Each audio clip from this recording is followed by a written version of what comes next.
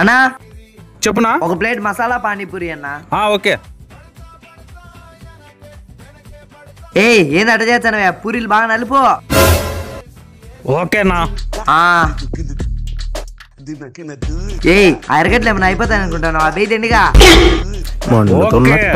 ఏమన్నీ నేను నీకు చెప్పాలన్నట్టుంది. బండి నీదా నాదే? ఓకేనా? బే పానీ బే. నీకు షుగర్ ఉందా భయ్యా? ఏమైనా నీళ్ళే కదా బేచే నీ సొమ్మరికి పోతే బెయ్యి. ఏం టమోటాలు అన్ని పెట్టిన వాడా? టమోటాలు కాదురా, అది గోబీ. బెయ్య నిమ్మకాయ కొత్తిమీర కొంచెం పిండు. నాకు ఏది చేసినా స్పెషల్ గా చేయాలా, ఏది చేసినా స్పెషల్ గా ఉండాలి మనకు. ఓకే అన్నా. ఎప్పటికి తెలుసుకుంటారయ్యా ఇద్దే. ఇదిగో తీసుకో. ఎందుకు నీకు బతుకు. అబ్బా ఏంటి పానీపూరి ఎంత బాగుంది. ఏ పొద్దున్న పానీపూరి ముఖం చూసిండో లేదో ఈడు. ఎంతైంది? 200.